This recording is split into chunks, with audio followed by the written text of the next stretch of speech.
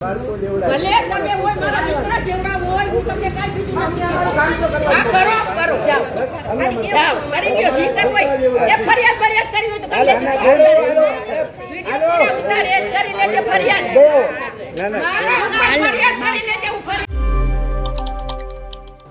ગુજરાતમાં જ્યારે ચૂંટણીનો માહોલ જામતો હોય છે તે સમયે નેતાઓ એ વિચારમાં પડી જાય છે કે હવે જનતા પાસે મત લેવા કઈ રીતે જવું.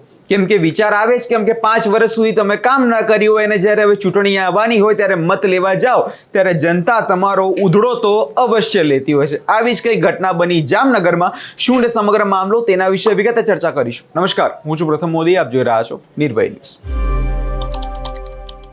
ગુજરાતમાં સ્થાનિક સ્વરાજની ચૂંટણીના પડઘા પડી રહ્યા છે.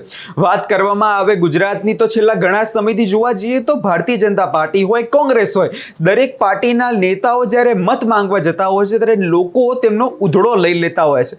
નેતાઓ પર આકરા સવાલો કરવામાં આવતા હોય છે કે 5 વર્ષ સુધી તમે ક્યાં ગાયબ હતા, 5 વર્ષ સુધી તો અમારી યાદ ના આવી, પરંતુ હવે જ્યારે ચૂંટણી આવી છે અને ચૂંટણી માટે તો તમને જીતવા મતો જોઈતા હોય છે ત્યારે અમારી પાસે આવી જાઓ છો, હાથ જોડીને આજીજી કરતા હોવ છો કે અમને મત આપજો. પર કયા મોઢે તમને મત આપે? કારણ કે 5 વર્ષ સુધી તો તમે ગાયબ હતા.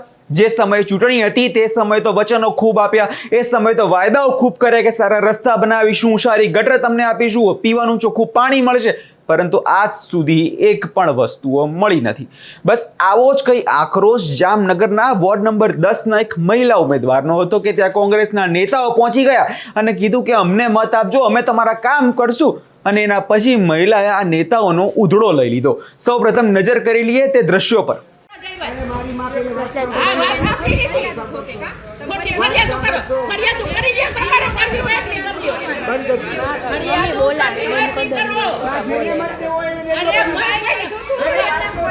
બેન ધમકી આપવા આવ્યા હતા. બેન હા અમારો પ્રચાર કરવા ભલે આવ્યા પણ આયા છે ને અહીંથી નીકળી જ જાઓ.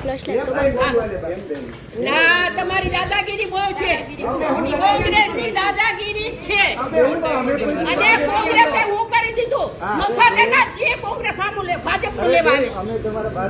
ભલે તમે હોય મારા દીકરા જેવડા હોય હું તમને કાઈ બીજું નથી કીધું.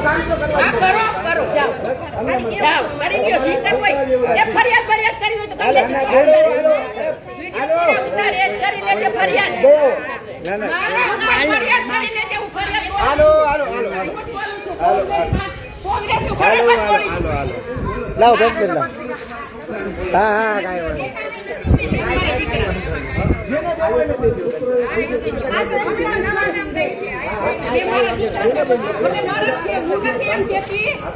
હાલો આપનું કામ કરો, આપનું કામ કરો.